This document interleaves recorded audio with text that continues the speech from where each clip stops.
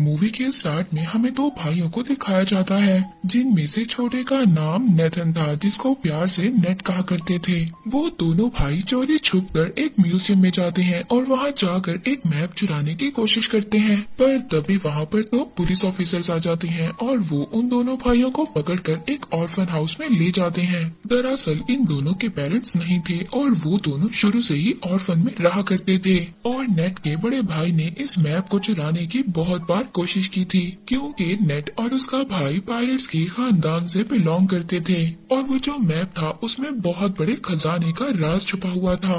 अब उस orphan house की सिस्टर पुलिस ऑफिसर से ये कहती है कि नेट अभी छोटा है, आप लोग इसके बड़े भाई को लेकर जा सकते हैं, क्योंकि वो बार बार मना करने के बावजूद भी चोरी किया करता था। बट यहाँ पर नेट का बड़ा भाई खुद को पुलिस के हवाले नहीं करना चाहता था, इसलिए अब वो यहाँ से भागने का डिसाइड करता है। अब वो अपने सामान को पैक करने के बहाने अपने रूम में जाता है।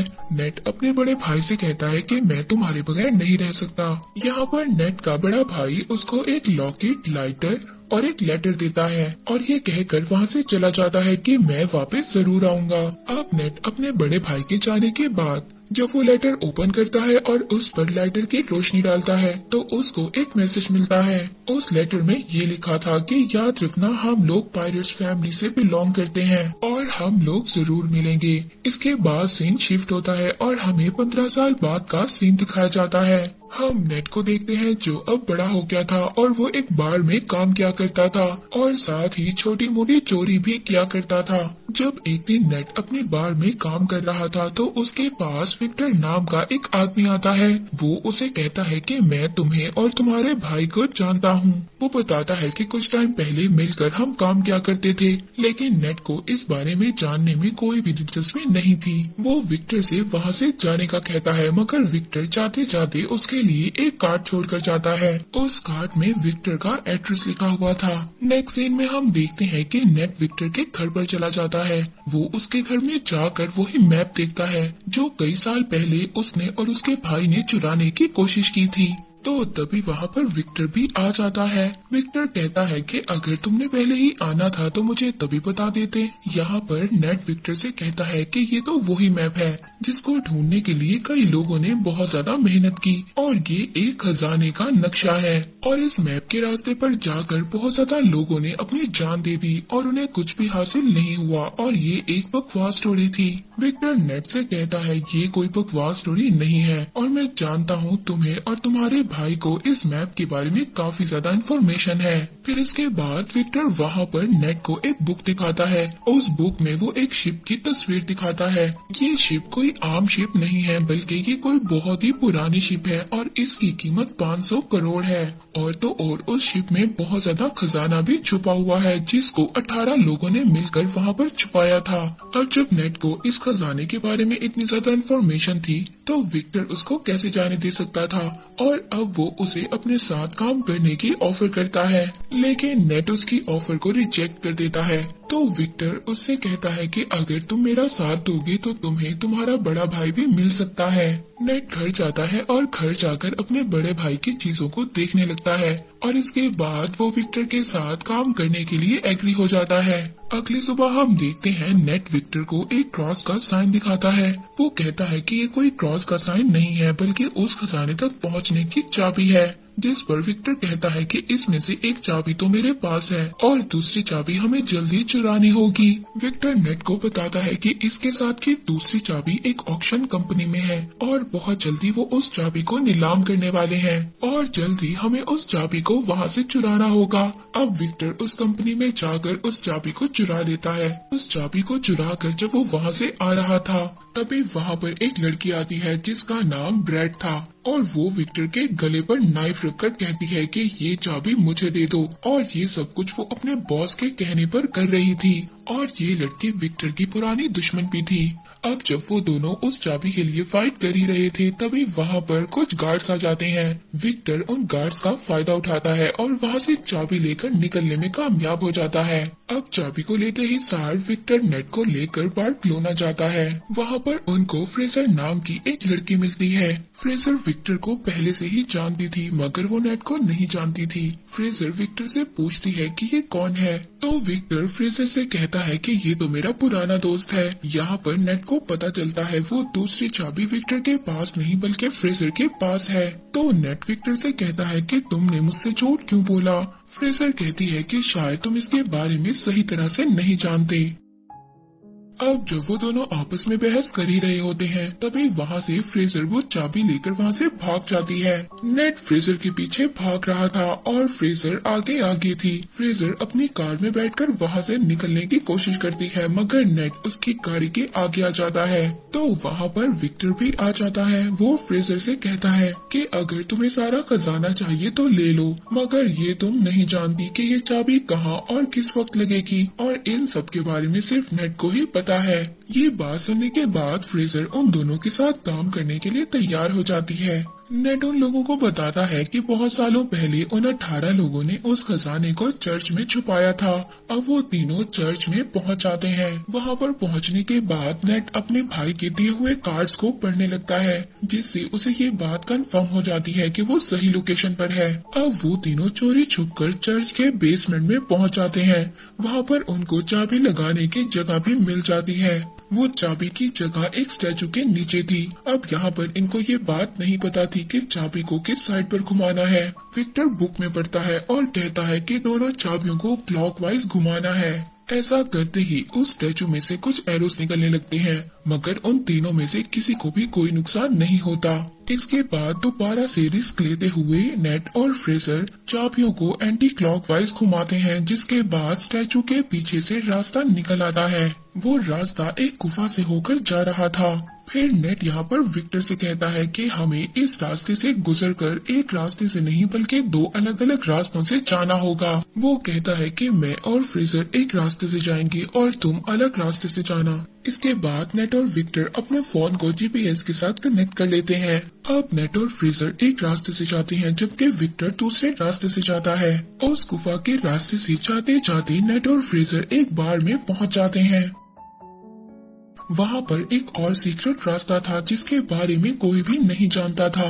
वो लोग उस रास्ते पर जाते इससे पहले वहाँ पर कुछ लोग उन पर अटैक कर देते हैं। नेट वहाँ पर उस आदमी को रोकने के लिए फाइट करता है और फ्रेजर उस रास्ते को ओपन करने की कोशिश करती है। उस दरवाजे के ओपन होते ही नेट और फ्रेजर उस रास्ते से भाग जाते हैं। अंदर जाने के बाद अब उन लोगों को तीसरा दरवाजा नजर आता है जो उसी क्रॉस वाली चाबी से खुल सकता था। फ्रेजर उस दरवाजे को खोलने की जैसे ही कोशिश करती है तो वहाँ पर पानी भरना शुरू हो जाता है क्योंकि उस दरवाजे को खोलने के लिए दूसरे दरवाजे पर चाबी लगाकर पहले उसे खोलना होगा जिसको विक्टर ही खोल सकता था। विक्टर दूसरे साइड वाले दरवाजे को खोलने की कोशिश कर रहा था पर तभी वहाँ पर वही लड़की आ जाती है जिसने पहले भी विक्टर पर अटैक किया था और उन दोनों में जबरदस्त फाइट होने लगती है। दूसरी तरफ नेट और फ्रेजर पानी में फंस गए थे और वहाँ पर बेहोश होने वाले थे। विक्टर उस लड़की को मारकर बेहोश कर देता है और जल्दी से उस दरवाजे में चाबी को लगा देता है। इसके बाद नेट और फ्रेजर बच जाते हैं और सेफली उस दरवाजे से बाहर आ जाते हैं। अब बारी थी फाइनल दरवाजे पर जाने की, लेकिन कोई भी ये नहीं जानता था कि उस दरवाजे को कैसे ओपन करना है। विक्टर बाहर खड़ा एक होल में से उन दोनों को देख रहा था पर तभी वहाँ पर नेट अपना दिमाग इस्तेमाल करता है। वो फ्रेजर से कहता है कि जाओ और विक्टर से दूसरी चाबी लेकर आओ, लेकिन विक्टर उन दोनों पर ट्रस्ट नहीं करता और दूसरी चाबी देने से इनकार कर देता है। लेकिन थोड़ी ही देर बाद विक्टर उस चाबी को दे देता है क्योंकि उसके पास कोई और ऑप्शन नहीं था। नेट देखता है कि उस दरवाजे पर एक सिंबल बना हुआ था। नेट जब उन दोनों कीज को मर्ज करता है तो वही सिंबल बन जाता है जो उस दरवाजे पर बना हुआ था, जिसकी वजह से वो लोग अब उस दरवाजे को भी खोल लेते हैं। जब वो उस दरवाजे के अंदर एंटर होते हैं तो एंटर होते ही उन्हें 3 बड़े बड़े पॉट दिखाई देते हैं। दूसरी तरफ विक्टर नेट से बार बार पूछ रहा था कि खजाना मिला या नहीं। नेट फ्रेजर को ऊपर करता है ये देखने के लिए कि उन पॉट्स में क्या है। फ्रेजर जब देखती है तो उन पॉट्स में तो बहुत सारा नमक था। इसका मतलब ये था कि यहाँ पर कोई भी खजाना नहीं था। तभी वो तीनों पॉट्स अचानक से टूट जाते हैं। वो देखते हैं कि उनमें से एक मैप निकलता है और यही मैप ही उस खजाने तक जाने का रियल मैप था। अब जब नेट मैप को देख रहा था तभी फ्रेजर उस पर गन पॉइंट कर देती है। वो कहती है कि तुम्हें क्या लगता है विक्टर ने तुम्हें सब कुछ सच बताया है? वो गन को नेट के सर पर मारती है और उसको मारकर बेहोश कर देती है। उस मैप को लेकर वहाँ से चली जाती है और जाते जाते उन कीज को भी ले जाती है। इसके बाद विक्टर नेट के पास आता है। वो देखता है कि नेट बेहोश है। जब नेट को होश आता है तो उन दोनों को पता चलता है कि फ्रेजर उनको धोखा देकर भाग चुकी है। नेट को जब होश आता है तो वो विक्टर से पूछता है कि मेरा भाई कहाँ पर है और तुमने मुझसे क्या छुपाया है। अब विक्टर उसको बताता है कि मैं और तुम्हारा भाई बहुत साल पहले खजाना ढूंढने के लिए निकले थे, जिसके लिए हमें एक बुक को चुराना था, मगर हमने उस बुक को तो चुरा लिया। इसके बाद जब हम वापस आने लगे तो मोरकाडा के लोगों ने हम पर फायर कर दिया।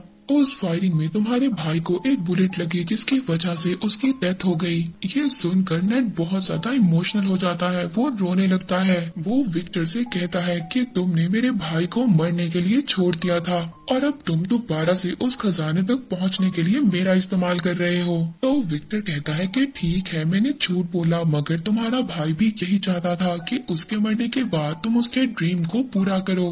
नेट विक्टर से कहता है कि ठीक है, मैं उस खजाने तक अपने भाई के लिए जरूर जाऊंगा। इसके बाद हम दोनों के रास्ते अलग अलग होंगे। इसके बाद हम फ्रेजर को ब्रेड और उसके बॉस के साथ देखते हैं, यानी कि फ्रेजर इन दोनों के लिए काम कर रही थी।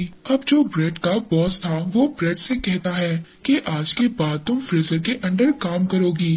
और इसके बाद ब्रेड का बॉस अपनी पूरी टीम को लेकर खजाने की तलाश में प्लेन में बैठकर निकल जाते हैं और वो अपने साथ जरूरत के सामान को भी ले लेते हैं। प्लेन में बैठा ब्रेड का बॉस सबसे यही कह रहा था कि वो खजाना मेरा था और वो कई साल पहले मेरे खानदान से गुम हो गया था। लेकिन तभी ब्रेड अचानक से आकर पीछे से अपने बॉस का गला काट देती है। बॉस को मारने के बाद फ्रेजर अब ये समझ जाती है कि ये उसको भी मार देगी, इसलिए वो अपनी जान बचाने के लिए प्लेन्स में जो कार थी उसमें छुप जाती है। इस पर ब्रेड अपने आदमियों से कहती है कि फ्रेजर तुम्हें जैसे ही नजर आए तुम उसको फौरन से फायर कर देना।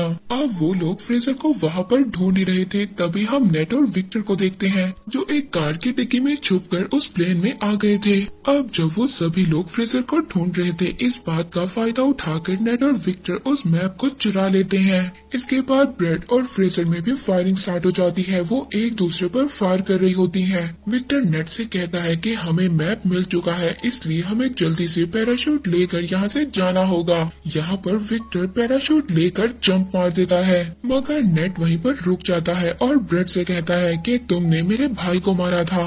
वो वहाँ की सभी कार्गो को पैराशूट से अटैच कर खोल देता है, जिससे कि प्लेन का सारा सामान बाहर गिरने लगता है। वहाँ पर ब्रेड के लोग नेट और विक्टर पर फायर करने लगते हैं। तभी वहाँ पर नेट का पाँव कार्गो में लगी बेल्ट में फंस जाता है और वो उस सामान के साथ ही बाहर हवा में उड़ने लगता है।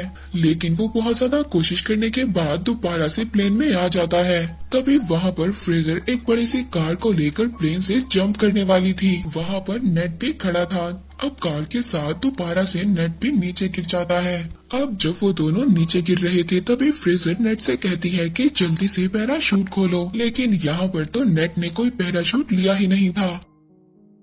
अब वो दोनों हवा में ही उड़ रहे थे, मगर तभी जल्दी से नेट एक कार्गो के पैराशूट को ओपन करता है और वो दोनों उस कार्गो पर चले जाते हैं। उस पैराशूट पर जाने के बाद वो दोनों समंदर पर लैंड करते हैं। अब वो लोग एक बीच पर पहुंच गए थे। वहां पर पहुंचने के बाद वो एक होटल में स्टे करते हैं। उस होटल में जाने के बाद वो दोनों मैप को समझने की कोशिश करते हैं, लेकिन यहाँ पर फ्रेजर को तो कुछ भी समझ नहीं आती और वो आराम से जाकर सो जाती है।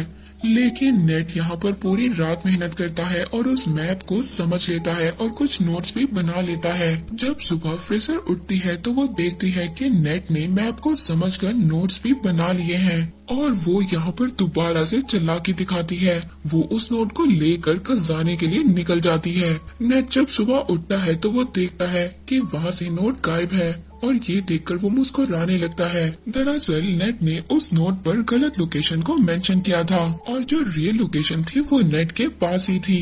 नेक्स्ट सीन में हम देखते हैं कि नेट एक बोट में उस लोकेशन पर पहुंच जाता है जो एक आइलैंड की गुफा में था। वहीं पर दूसरी तरफ ब्रेड ने भी नेट पर नजर रखी हुई थी। वहीं पर नेट पानी में जंप कर स्विम कर उस गुफा तक पहुंच जाता है, जहां पर वो दो बहुत बड़ी बड़ी शिप्स को देखता है, जिसको ढूंढते हुए न जाने कितने लोगों ने अपनी जान को गंवाया था। उस शिप के जब नेट अंदर जाता है तो वहां पर उसको बहुत सारा गोल्ड मिलता है, लेकिन पीछे से तभी उसे विक्टर की आवाज आती है। विक्टर भी वहां पर आ गया था और ये देखकर नेट काफी ज्यादा डर जाता है और पूछता है कि तुम यहाँ पर कैसे आ गए। तो वो उससे कहता है कि क्या तुम भूल गए, तुम्हें ने तो मुझे अपने जीपीएस से कनेक्ट किया था। अब जब वो दोनों मिलकर उस खजाने को देख ही रहे थे, तभी वहाँ पर ब्रेड भी अपने लोगों के साथ आ जाती है। उन लोगों को देखकर नेट और विक्टर दोनों छुप जाते हैं। ब्रेड तभी अपनी पूरी टीम को बुलाती है और उन दोनों शिप्स को प्लेन के जरिए वहाँ से लेकर जाने वाली थी, क्योंकि वो ये जानती थी कि खजाने के साथ साथ उस शिप की कीमत भी करोड़ों में थी।